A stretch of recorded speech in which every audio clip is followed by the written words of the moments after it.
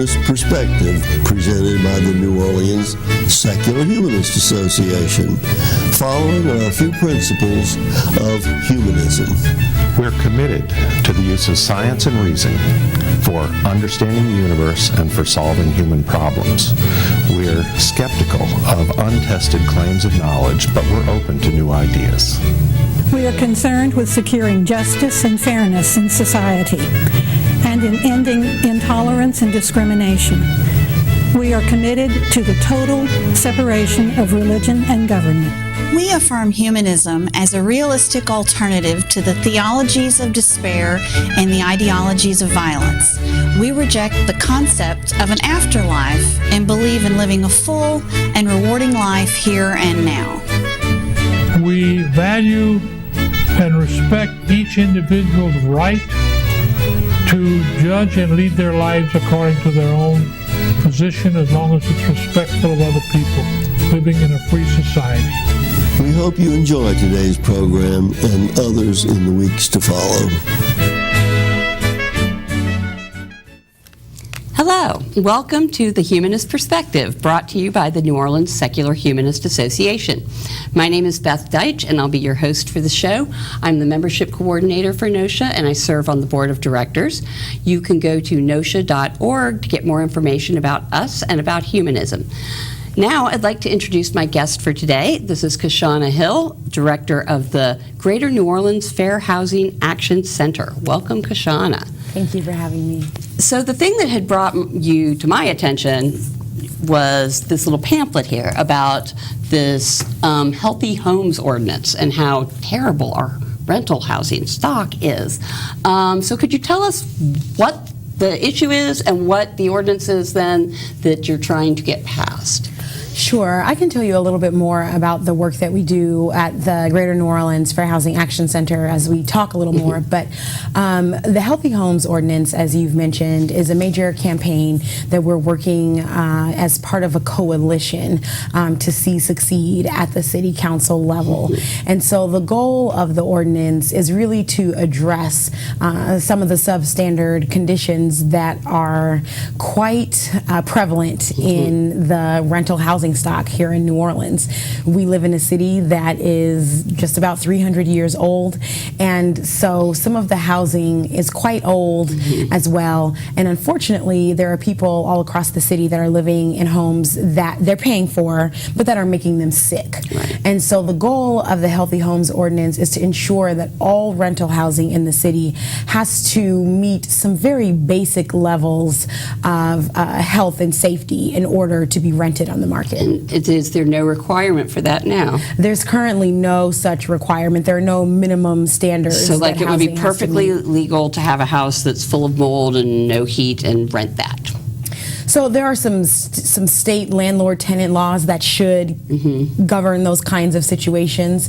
The problem is that those laws depend on tenants being able to complain.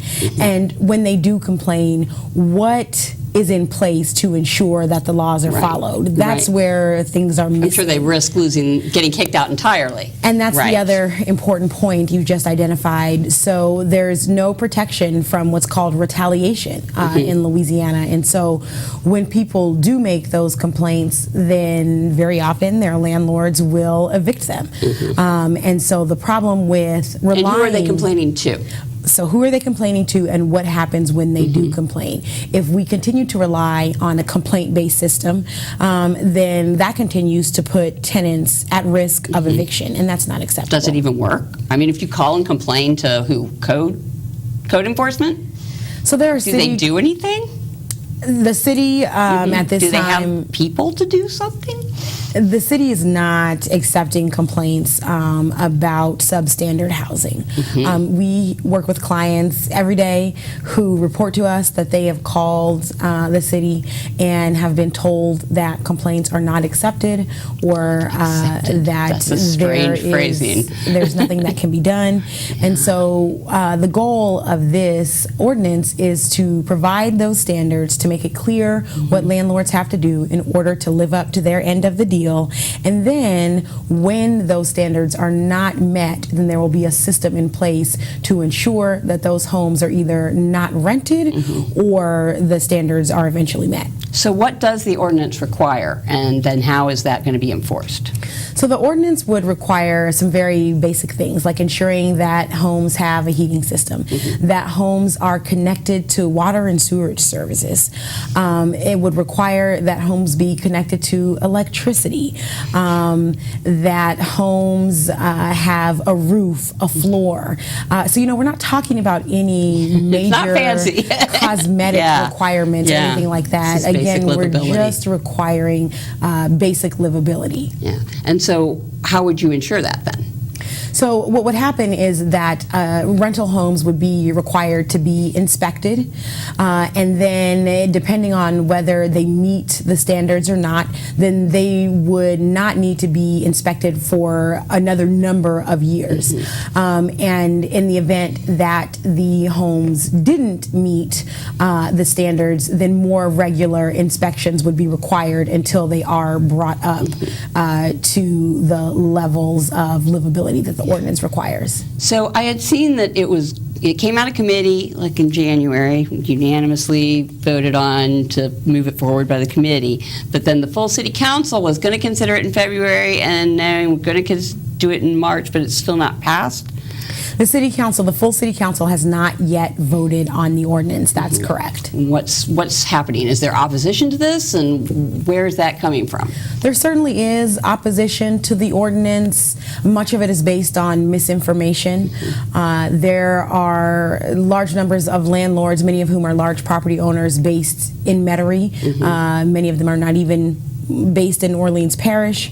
There are also landlords that oppose the ordinance that maybe don't have a lot of units that would be subject to the ordinance. So it's important to note that any units that are currently being inspected already by the Housing Authority of New Orleans, for instance, because the housing choice vouchers are accepted there, then those units are not required to be inspected under the ordinance.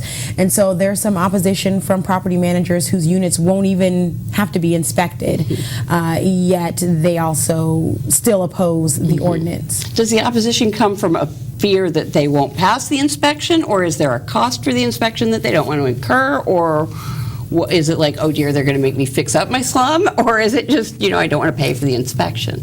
Based on our experiences, we're seeing a couple of things. I don't know that cost is a valid concern. The cost of inspection per unit will work out to be very, very small, between $3 and $5. $3 and $5 per unit. Per month? Yes, in terms so of adding like $5 to the rent would cover it. So a very small amount. There are some landlords that are happy to take on that cost themselves in order to be able to give their tenants peace of mind.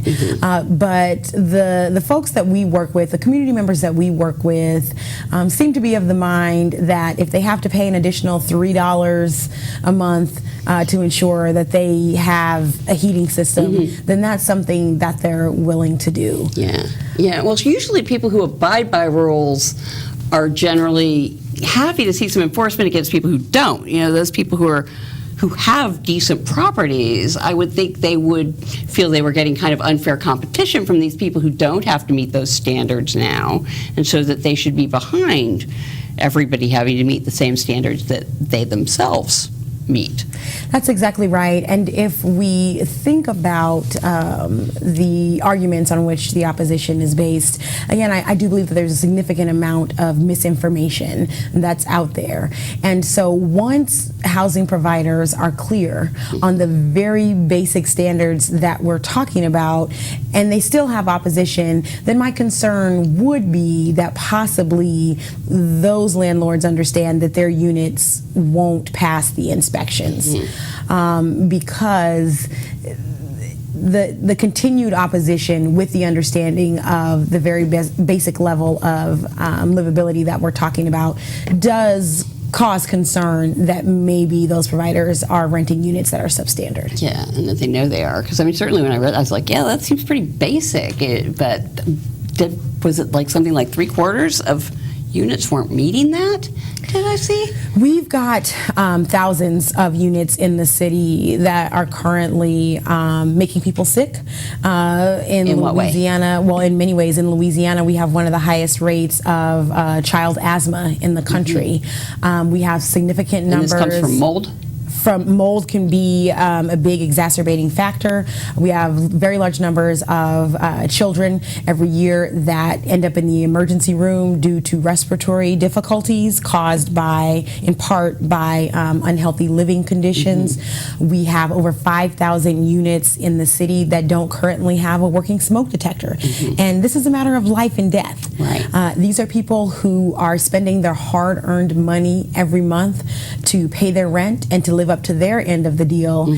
And so it's important that we require that landlords, who are, by the way, collecting the largest rent amounts that New Orleans has ever seen, it's important that we require that they also live up to their end of the bargain. Yeah, and now mentioning that, collecting the largest rents that they've ever seen, that was, I noticed, another one of the issues that you're working on is just affordability in general of rental housing.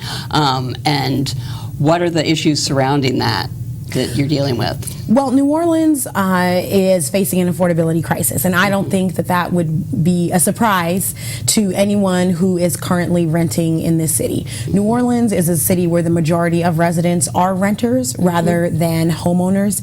At this point in time, we've got almost 60% of renters in the city that are paying more than 30% of their monthly income toward rent and utilities. The U.S. Department of Housing and Urban Development recommends that families spend no more than 30% of their monthly income in order to be able to comfortably meet all of their other needs. In addition to that 60% of renters that we've got who are spending more than that recommended amount on their monthly housing costs, we also have almost 4 in 10 renters in the city that are paying 50% of their monthly income toward housing costs. And so what we know is that isn't sustainable. That's not a sustainable model. We're going to have to think creatively about how we can ensure that the people who want to live in New Orleans will continue to be able to afford to do so. The other thing that's important to note is that this is a conversation that requires discussion of the wages that we pay folks in this city. We have a lot of very hardworking people here that support our service-based economy, that work maybe in the hospitality industry. We have a lot of culture bearers here, musicians, artists that have made the city what it is. And we owe those folks a commitment to ensuring that they can continue to live here. Yeah, and I think part of the way of thinking has always been that people can afford to live here and be creative here because it is a place with a lower cost of living than many other parts of the country. But that's less the case since Hurricane Katrina.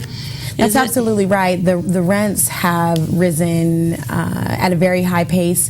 The rents are up now 40% post-Katrina, but the wages certainly haven't risen at that same level. In fact, household income has only gone up 2% post-Hurricane Katrina, and so the rents are far outpacing what people are making. Right. And you sent us a graphic about the affordability and be priced out of rental properties, and that it's worst in black majority neighborhoods.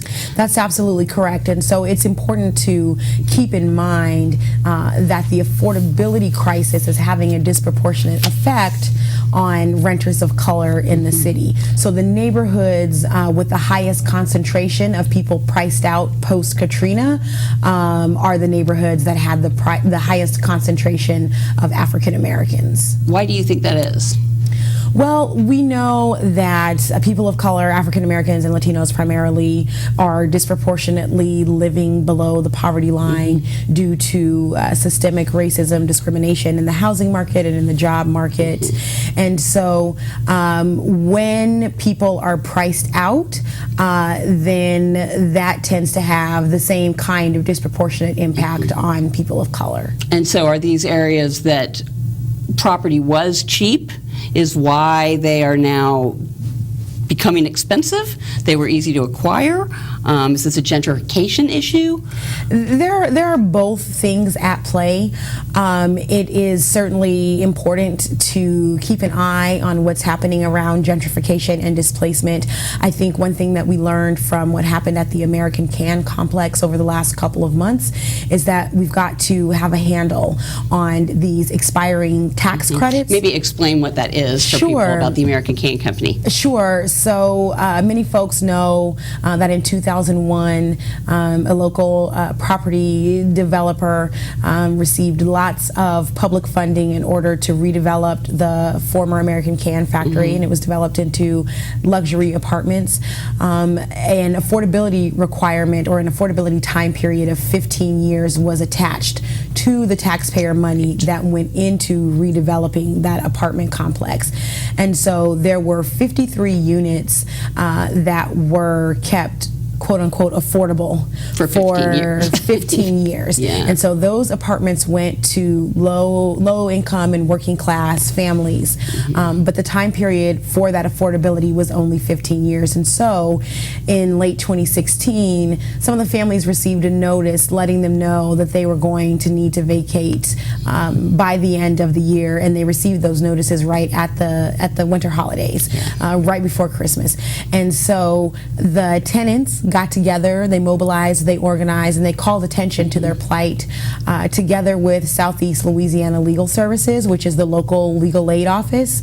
My organization worked on behalf of the tenants to ensure that they could receive, if not continued affordability, then at least more favorable move out terms. Yeah, because there was no thought given to what would happen when that 15 years was over. That's right. And where people would go. That's right. And so one of the good things, if we can call it that, about this situation, it's very unfortunate that awareness had to be raised at the expense of the people who are losing their homes. But this has sparked a larger conversation about what New Orleans will look like in the future and about the commitment that we make to the low-income and working-class families that are in our midst. Yeah, because there's, I've seen the housing projects being redeveloped, and I mean the new developments are adorable. They're open to it's not just a wall with one way in and one way out anymore. They're open to the rest of the neighborhood, but they're clearly not as many units. And so is that a problem that you have nicer units, but there's far fewer of them in terms of public housing? Well, you're right. And those are mixed use, so only some of them are going to public housing, right? That's correct. So there certainly are not as many what we call hard public housing units currently in the city as there were before the storm. And so there were also public monies that went into each of those new developments. And so as we get further and further away from Hurricane Katrina, then we're going to see more and more of these affordability timeframes expiring.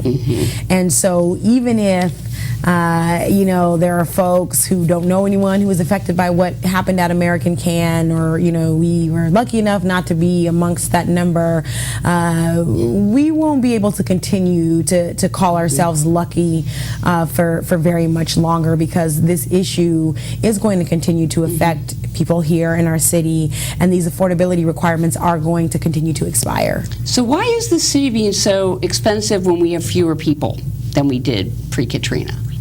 Well, there are many reasons for that. There are a lot of economic drivers, and there is a vision about what the city will look like. There is a desire, I think, to continue to attract people to New Orleans, to attract jobs to New Orleans. And we know that after Katrina, the housing market faced incredible pressure, but there were a relatively large number of people seeking housing in a market with a smaller number of units. Then, for sure. Even prior to Katrina, New Orleans was still a place where the majority of people were renters. Right. And so we had over 50% of of the rental housing that was destroyed or very seriously damaged in Hurricane Katrina. And so even though fewer people were returning home post-Katrina, those people were having to compete for fewer units. So there were people who were renting before Katrina who wanted to return home. There were people who were homeowners. Maybe their home had been destroyed and they were waiting for their road home money, and so they needed to find a place to rent. They were competing. There were the new arrivals, people who came to help rebuild. Many times young millennials who in some cases could afford to pay higher rents because they were living in places where they spent more money on housing. And then lastly, there were people who were living in public housing at the time of Katrina, who received housing choice vouchers, formerly known as Section 8 vouchers, and they were then turned over to the private market to try to find housing with their vouchers. And so you had all of those groups of people who were looking for rental housing post-Katrina, but with the number of units available being much smaller, then that really created conditions that could allow rent to rise. Now, some of these areas that are sort of up and coming, like Central City, like the Bywater, is that a good thing? Is that, you know, I mean, I rent office space there on Aretha Castle Haley, and I mean, I love seeing what's going on around there. But is that a good thing for the people who have been living there or not, to have the neighborhood being developed some? Well, for the people who end up displaced, then I would say that it's not great. So the important thing to note, though, is that gentrification in and of itself does not have to lead to displacement. We've got to have nuanced conversations around what gentrification is and what it means and the effect that it has on communities.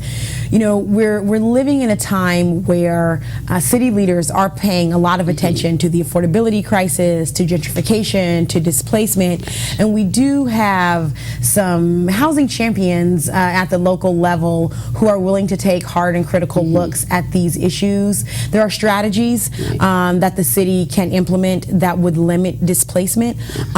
It's not too late for New Orleans. In many cities, well, and you don't want to say you don't want to say that some people only deserve crappy, crime-ridden neighborhoods. Well, that's right. And so that sort of like don't do anything to improve things. That's not the way to go either, I wouldn't think. That's right. Every neighborhood deserves opportunity, deserves investments. And look, you know, everyone wants to live in a nice neighborhood. Everyone wants to live in a neighborhood where their kids can ride their bikes. Everyone wants to live in a neighborhood where there are grocery stores, where there's a park, where there's access to reliable public transportation. Everyone wants to live in those kinds of neighborhoods. And what we know is that the city can use its dollars toward beautification projects or to bring opportunity and investment to currently disadvantaged neighborhoods, but we just need to ensure that when those dollars are placed in those neighborhoods, then efforts are also taken to ensure that displacement doesn't happen. So for instance, you know, when millions of dollars are spent on beautification projects like in St. Roch, for instance, then a property tax freeze could be coupled with those investments, which would ensure that long-time homeowners in those neighborhoods are still able to afford to live there. Yeah, because I can see that even though the value of your house increases, that's only of value to you if you move, if you sell it and move. Otherwise, you're just sitting there with a larger property tax bill. Well, and if the property taxes become too expensive, then it's impossible to remain there. Right. So some of the other things that the Fair Housing Center does that I was looking at, you definitely are interested in housing discrimination, and I see that you, well, one of the things I wanted to ask about was this Affirmatively Further Fair Housing Initiative and whether that's still happening, since that was an Obama administration thing. Sure. So what I'll do is just back up a bit. So we've been around since 1995, and we're an organization that works all across the state. We're based here in New Orleans, and our mission is to end housing discrimination throughout Louisiana. So the Fair Housing Act was passed in 1968 in the wake of the assassination of Dr. Martin Luther King Jr. And the goal of the Fair Housing Act is to do two things. One, the Fair Housing Act makes it illegal to discriminate in housing. And it's illegal to discriminate for 7 different reasons. So if a landlord decides they don't want to rent to someone because they don't like the color of their car, Yeah, not a protected class. you know, But they're not going to face that at the next landlord, too. Yeah, that's probably not a smart thing to do, because if you're a landlord, you want to make money, right? But if a landlord decides not to rent to someone because they don't like the color of their skin, then that is what's going to be illegal. And so the Fair Housing Act protects us from discrimination because of race, color, gender, whether we have children, disability, religion. So these are the reasons why a landlord cannot discriminate against someone, and that's the first goal of the Fair Housing Act. The second thing that the Fair Housing Act does is a little bit harder. The Fair Housing Act requires that local governments work to address and fix long-standing patterns of segregation. Now, is that the Fair Housing Act from 1968? Yes, that is the Fair Housing Act from 1968. And so that fixing of segregation is known as affirmatively furthering fair housing. Now, that language, affirmatively furthering fair housing, which sounds very nerdy, was written into the original 1968 law. That has been around since 1968. It hasn't really happened. But it hasn't really happened. That's why I was surprised to go, that was back in the original one, was it? It was. Yeah. It hasn't So really then what is this happened. that came from the Obama administration on that? Was to just try and make it happen? That's exactly right. And so in 2015, the Obama administration released language that gave cities very specific instructions on how they can go about fixing segregation in their communities and how they can go about creating integrated neighborhoods. Because at its core, the purpose of the Fair Housing Act was to end housing discrimination against African Americans and to provide equal access to all neighborhoods. So we've just got a couple minutes left. Is there anything that you would like to ask people to do? People who are listening to this. Well, I would ask people to visit our website. We're at www.gnofairhousing.org. Figure out a way to engage with our work. We have a lot of different opportunities for volunteering, whether it is signing up to join some of our policy campaigns, or whether it's signing up to help us out with our investigations as a tester, where you get trained to be a mystery shopper and you go out into the community and find out whether discrimination is happening. There are lots of ways and opportunities for people to get involved. You'd like people to contact their council people about the renting? Absolutely. The rental ordinance. Absolutely. And signing up on our policy page for action alerts will provide the mechanism to do that. Okay, great. Well, it's about the end of our time for today. Thank you so much for talking with us. Thank you. And we want to thank everyone out there for watching, and we hope you'll join us again soon. Again, if you're interested in humanism or NOSHA, just go to nosha.org on the internet to find out all about us. Thank you.